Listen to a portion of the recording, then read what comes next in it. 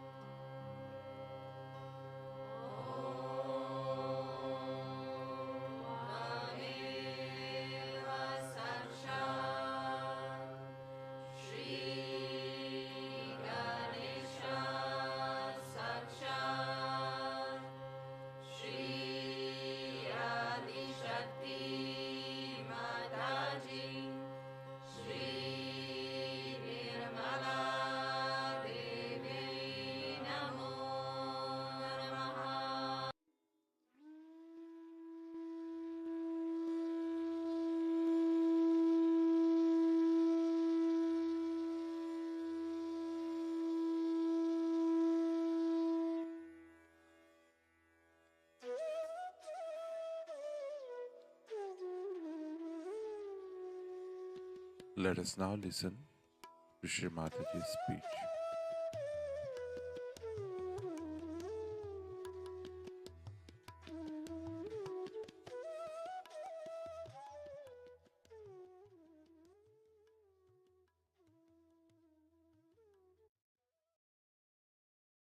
Kali Puja.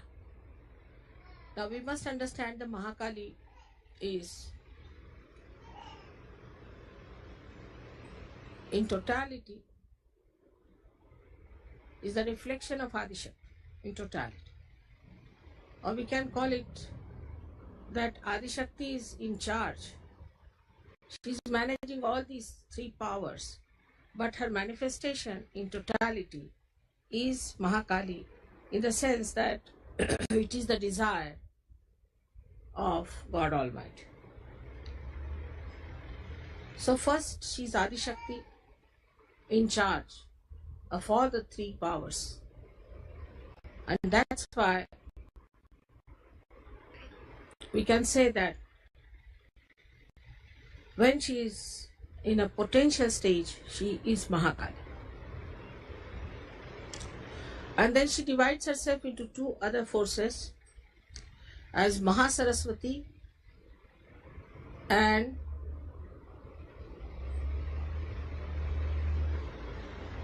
the ascending force that we call, or as a parasympathetic nervous system expressed in us, is the Mahalakshmi. So she has actually all these forces in herself. Kali has all these forces, but she manifests. She desires to act, and when she wants to act, her potential force becomes these two other forces. So when we do the puja of Mahakali, we must understand that inbuilt within this force within us is desire. So we can desire anything. If we want, we can desire everything. We can desire, say, the joy. We can desire the knowledge. We can desire to be compassionate and love. And we can desire also the destruction of those which are negative forces. But the Mahakalic force is the one which is working out the constructive force. But in that constructive force only, there has to be destruction. Because if you are constructing something and there is destruction which is trying to destroy your construction, then you have to destroy that destructive person. And this is what people sometimes misunderstand, and they think that Mahakali force is negative force or is a force of destruction. It is, but in a very positive way. And if you understand this part of Mahakali force, then you will understand that if you have desires to construct yourself properly in Sahaja Yoga, then you should also have the desire to destroy whatever is standing against your construction. So one by one we should see within ourselves what sort of things that tag us down, and thus they do not give us this desire. If this desire becomes intense, then you start immediately seeing what are the forces that are destroying your ascent. So we have to ascend is the point. Our goal is to ascend, our destination is to ascend. So our desire should be that we should ascend and construct our being in such a manner that we can receive all the... इसको बंदी कर दो, बड़ा आवाज करो, एक तरफ कर दो तुम. This one is better. So we should understand that we have to be prepared to destroy many things within us if we have to become a great evolved personality. As you have seen in evolution itself, we had huge big animals like mammoth, these, that, and they could not cope with the evolution, so they were all destroyed. So many things were destroyed. And this destruction is built in within us. When we ascend, we just start seeing that these are the forces which we are destroying us, and that our destruction is so much that if we do not desire the destruction of these destructive forces, we'll be finished. So at the same time, when we are ascending higher, we have to know what we have to destroy. For example, even in living forces, when a flower becomes a fruit, lots of things which were the part of the flower get destroyed automatically. But that is done in the will of God by His own understanding. So it's absolutely perfect. So in Sahaja Yoga, when we desire something, we must know what do we desire. First fix your goal. And then relate it to that. Now there are many deviations in life. Like we are going to the airport. Our attention should be we have to reach the airport. And whatever are distractions. We should not get lost with it. If we get lost with those distractions, then we cannot achieve our goal in time. So one has to understand, first of all, that our goal is to ascend, and for that, the distractions are on our way because of ourselves, because of ignorance, because of darkness, because the light is not so much.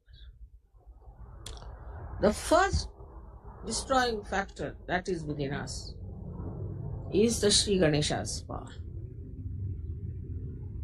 And this Sri Ganesha is the power of Mahakali. She first planted Sri Ganesh to emit holiness on this earth. So the whole thing could be vibrated. And as you know, one aspect of Sri Ganesh is also Omkar, means this vibratory awareness which flows everywhere. So these vibrations have 4 sides in it. One is that these vibrations establish holiness, auspiciousness through Mahakali. Then these same vibrations also comfort us through Mahakali. Vibrations do not give you desires as such, if you see.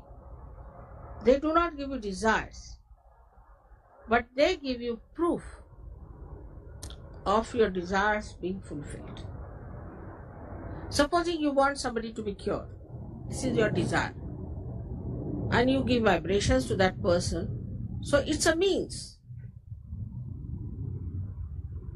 So it is also the action part which is there in those vibrations.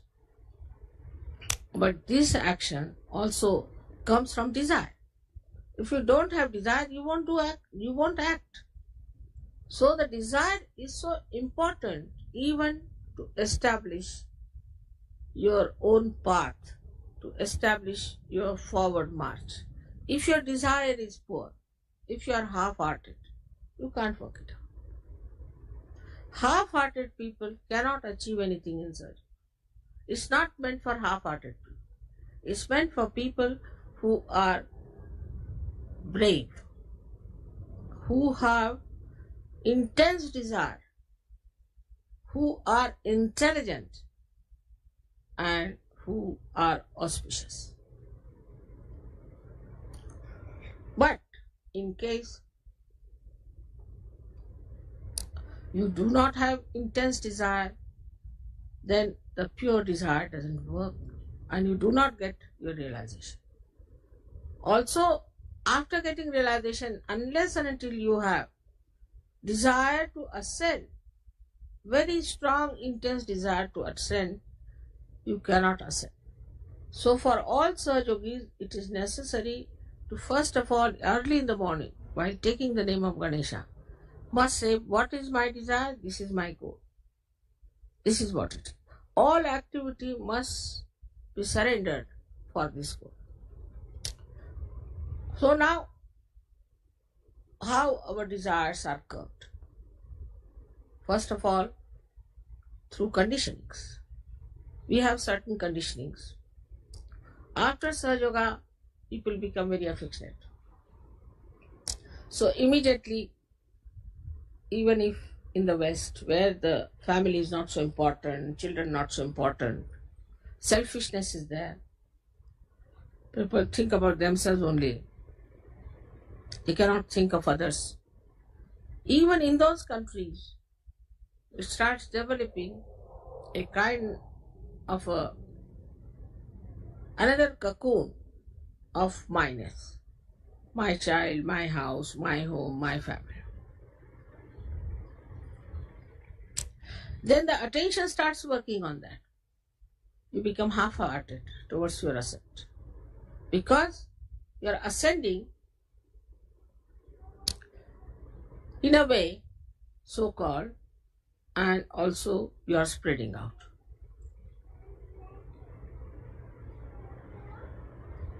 Then the concern goes to other conditionings we have. Like the other day I met one fellow, he said that, "Mother, I am a Sajogi, I know, but I can't get over the idea of Christ." I said, "Who has asked you to get over idea of Christ? Christ is there in Sajoga very much.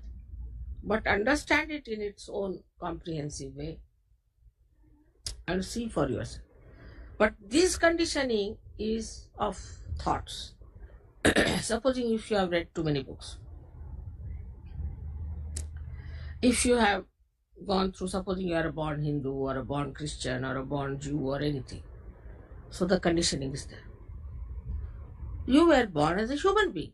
You got this stamp later on that you are a Hindu or a Christian or anything. These stamps you did not carry when you were born. Supposing the child was lost, he could be any religion. So these are not really your innate religions. This is just a stamp you have got it, like Christian or anything. Then you have another conditioning that you belong to this nation, that nation, like we have America, this, that. But still these are stamps. You were born in America, that's why you're in America. Anybody who is born in America is not different from anybody else. Only thing, according to the climate of a particular place, you might have your complexion, your height, your face and all that. But that doesn't mean that innately this is meant for America. It could be anywhere. Then all these conditionings within us start acting on our language, on our styles, on our lives in every way. Then we start becoming Americans. So these are the effects of the outside that come in us. And then we say, we the Americans. But if you scratch them, inside, body is the same, heart is the same, the blood is the same, everything is the same. There's nothing different. It's even not skin deep. But in the brain, it has gone that I am an American. Then all the things that are in that society, for example, in America, many things are allowed. So that's all right. In India, many things are allowed. That's all right. Like that, we start accepting the society, the norms of the society, and the conditioning starts. But with all that, this desire is there, the pure desire to ascend. I think you put these lights little ahead because there's a paper there and with my force, the light is going behind. No, not that one, these. Because they're facing that fan. You could bring them down here. Still quite close to that fan, you know. You can put them anywhere. You can put them here if you want.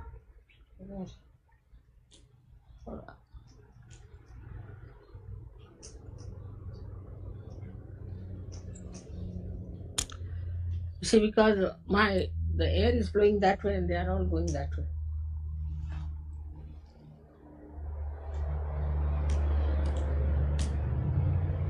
So the desire within us to ascend comes to us also as a reaction to all these things. When we see, as Americans, what's happening to our country, what's happening to the people, what's happening to our surroundings, and then we get a shock. oh God, what is this? Then we also see this is artificiality. Like in England, you have to wear a tailcoat, you have to wear this, you have to have this kind of a spoon, this kind of a glass, this, that. So reaction builds in. So start anti-culture. Anti-culture to get rid of artificiality. But the desire behind it is to seek the reality. To seek reality, then they have hair just like primitive people, they live like primitive people, and a reaction is built in. Behind all that is the same desire, is to ascend. So this Mahalakshmi power is acting within us. It is giving us all kinds of shows, we can say. All right, you want to have, say, variety of things. Go ahead with it. Then you go crazy. You say, what's this going on? Why should we be so mad about it? Now they want to have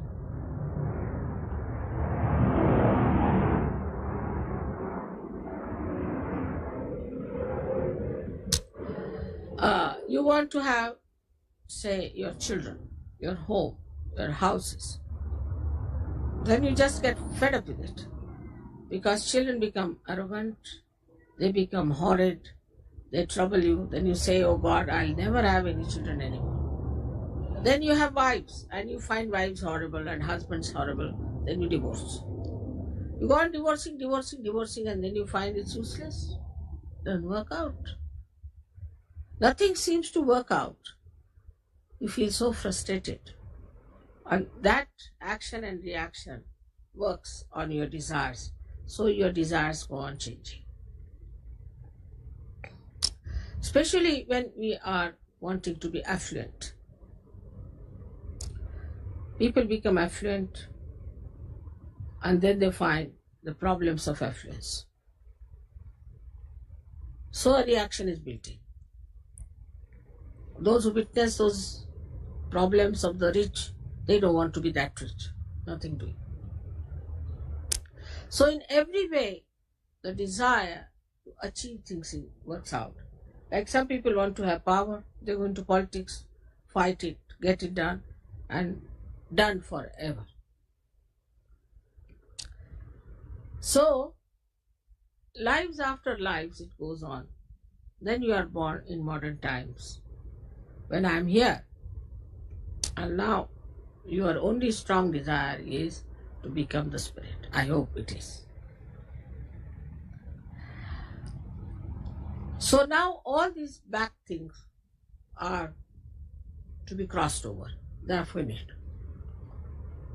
Now what should we do for our realization? What action we should take? The first action is to develop your Mahakali power. By one power, you destroy all that is nonsensical. Destroy all that is impeding you, troubling you, blocking you. Destroy all that. Just I don't want it.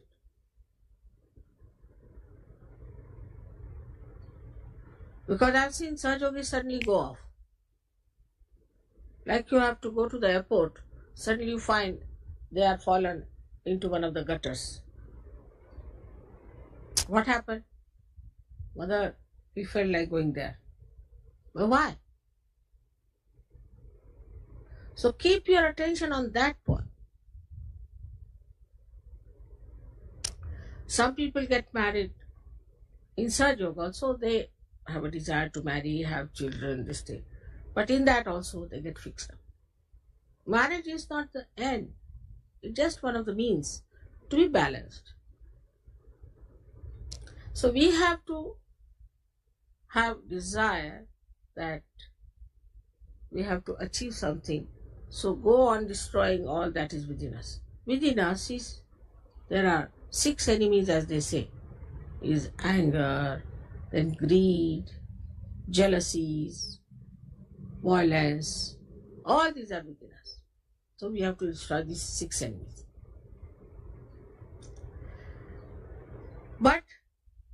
what's the power of a Mahakali is that she destroys all the enemies that stand in your way. All the Rakshasas, all the devils, all the negative forces she tries to destroy so that your path should be alright.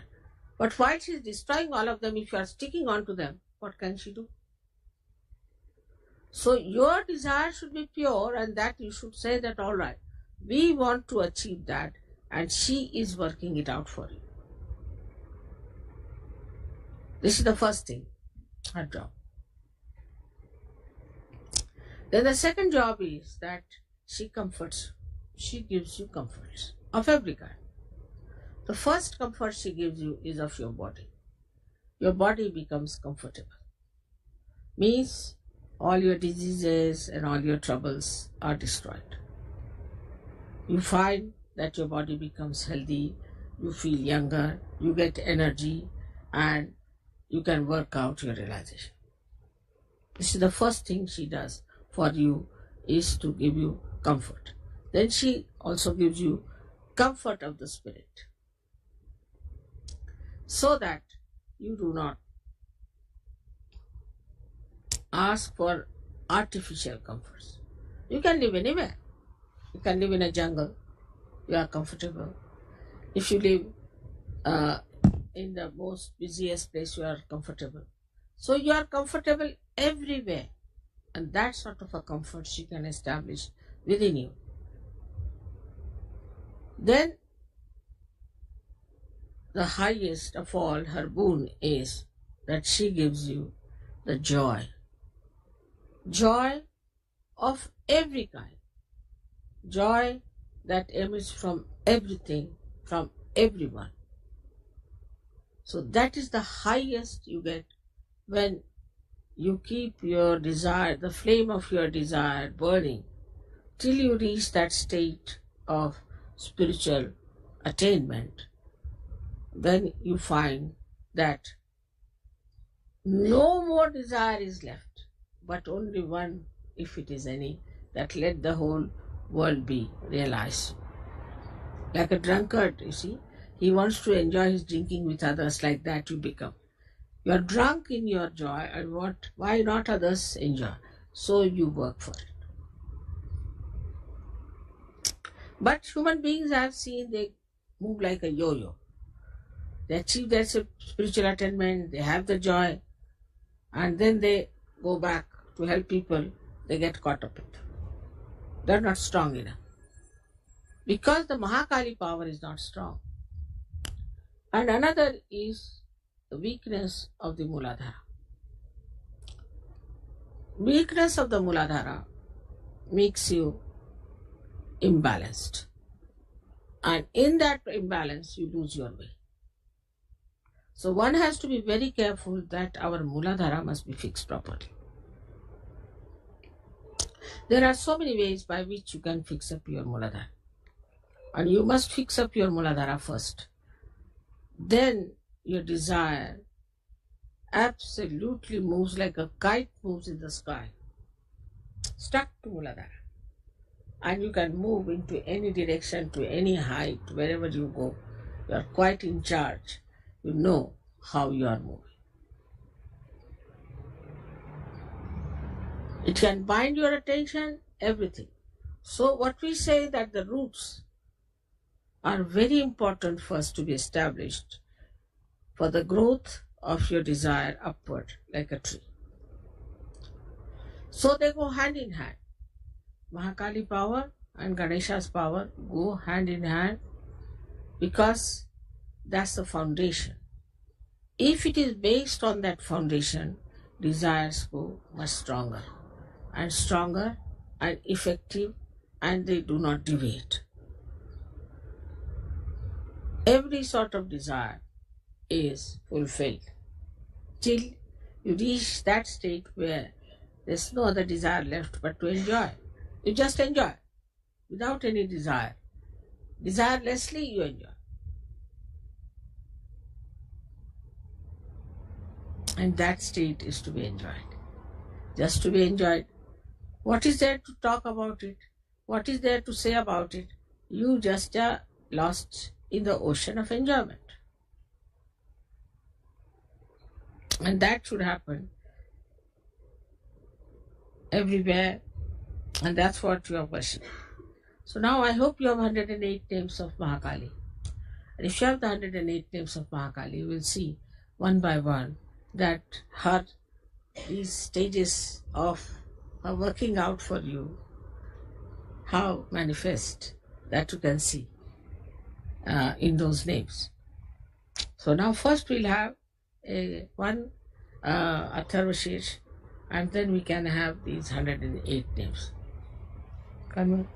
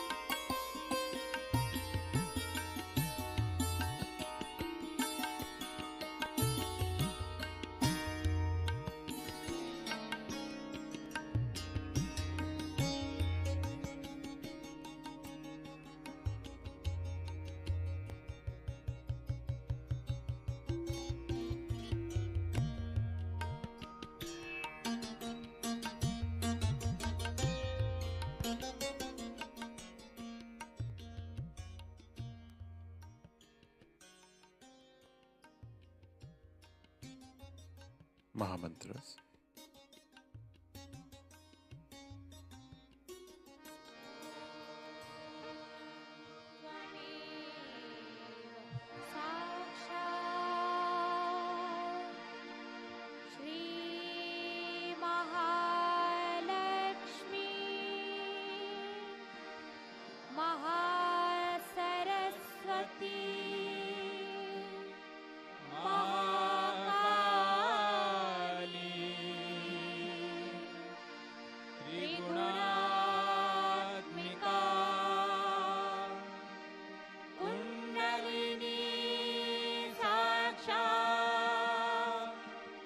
Shri Adi Shakti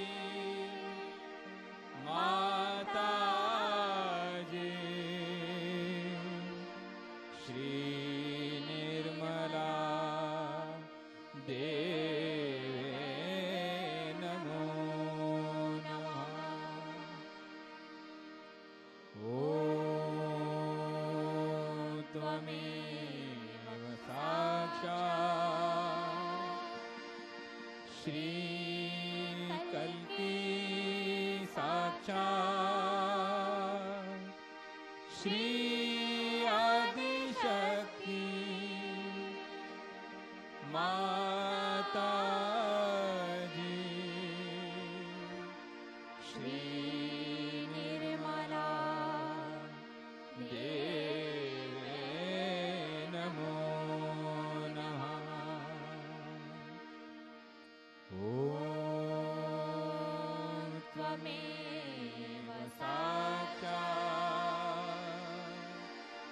श्रीकल्की साक्षात् श्री सहस्रार स्वामिनी मोक्ष प्रदायिनी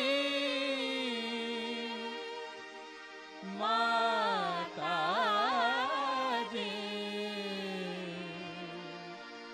श्री निर्मला देवे नमो नमः। श्री निर्मला देवे नमो नमः। श्री निर्मला देवे नमो नमः।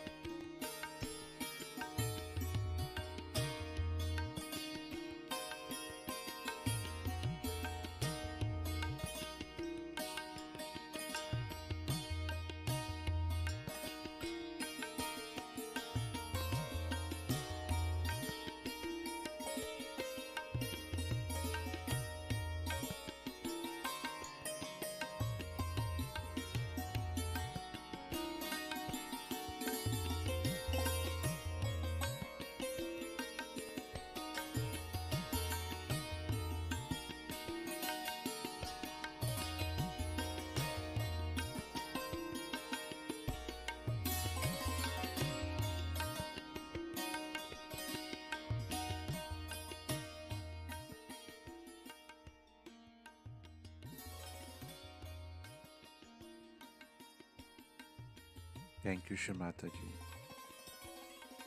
for this beautiful meditation.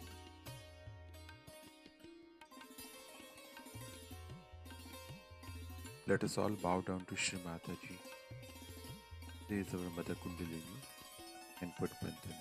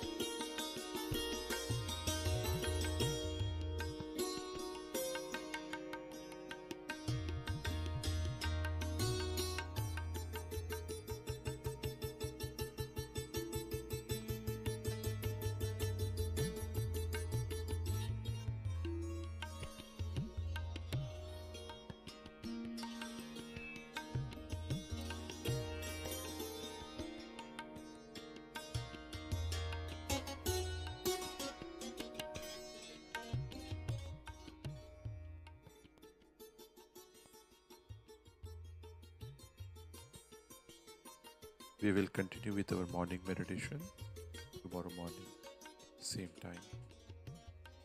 Jai Shri Mataji.